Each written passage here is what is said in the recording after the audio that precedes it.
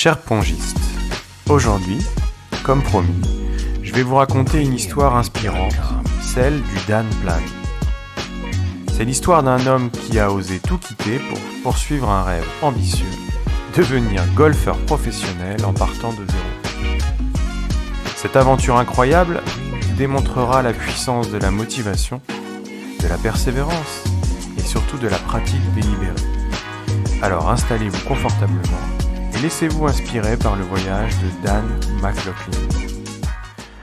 En 2009, Dan McLaughlin, alors photographe professionnel sans aucune expérience significative dans le golf, décide de se lancer dans un projet audacieux. Il quitte son emploi et décide de consacrer 10 000 heures de sa vie à devenir golfeur professionnel. Son but ? Tester la théorie des 10 000 heures, popularisée par Malcolm Gladwell dans son livre Outliers, qui suggère qu'avec 10 000 heures de pratique délibérée, on peut maîtriser n'importe quelle compétence complexe.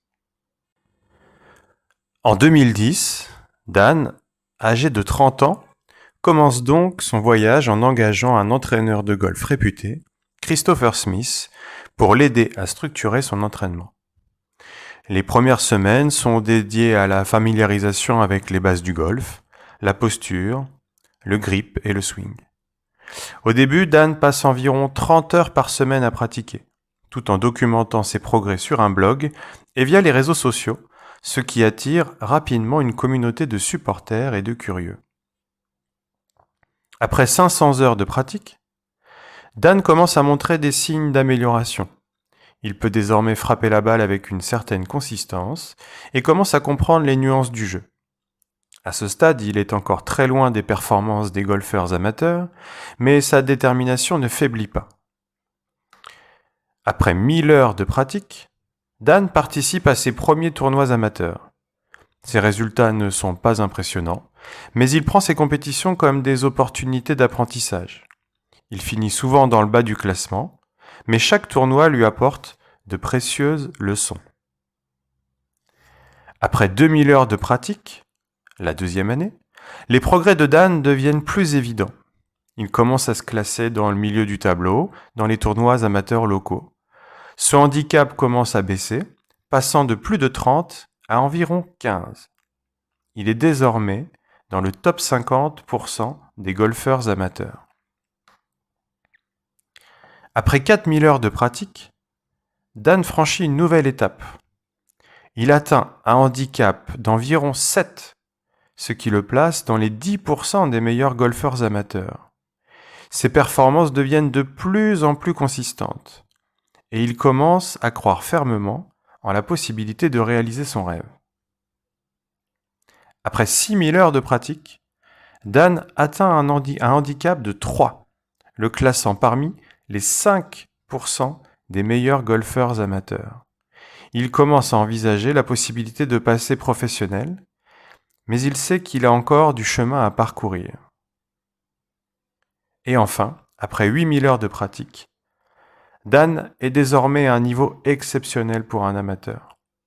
Il participe à des tournois de plus haut niveau et se classe régulièrement dans le top 20. Son handicap est proche de 0, ce qui signifie qu'il est quasiment au niveau des golfeurs professionnels. Il fait partie des 1% des meilleurs golfeurs. Nous sommes en 2015. Il aura donc fallu seulement 5 ans pour qu'il s'approche de son objectif initial, un peu fou.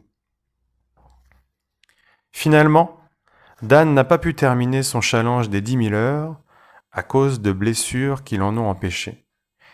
Bien qu'il ne soit pas devenu un golfeur professionnel à part entière, son parcours est une démonstration éclatante de la théorie des 10 000 heures.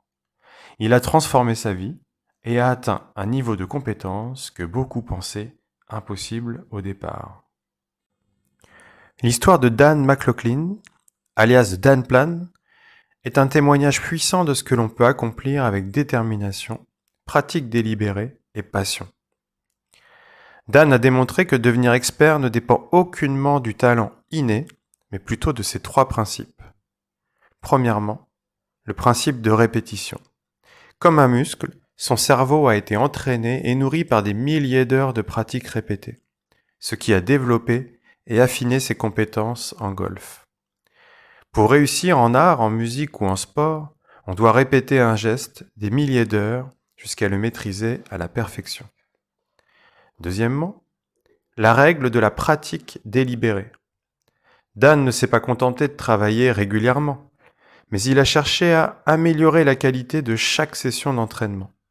Il a systématiquement analysé ses performances, corrigé ses erreurs et travaillé sur des aspects spécifiques de son jeu, ce qui lui a permis d'atteindre un niveau de compétence remarquable.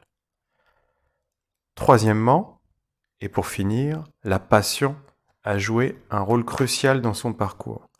Consacrer 10 000 heures pour devenir un expert peut sembler insurmontable. Mais Dan a su allier travail et plaisir. Sa passion pour le golf a rendu le chemin agréable et soutenable, le motivant à continuer même dans les moments difficiles. Alors, chers auditeurs, rappelez-vous de l'histoire de Dan. En acceptant de répéter inlassablement les mêmes gestes, en recherchant à vous améliorer, à gommer vos erreurs à chaque entraînement, et surtout en vous inspirant du plaisir de pratiquer, vous aussi, vous pouvez accomplir des choses extraordinaires. Continuez à vous entraîner, à croire en vous et à ne jamais abandonner. Merci de m'avoir écouté. Abonnez-vous, partagez votre propre aventure avec nous dans les commentaires et à bientôt pour une nouvelle histoire inspirante sur notre podcast.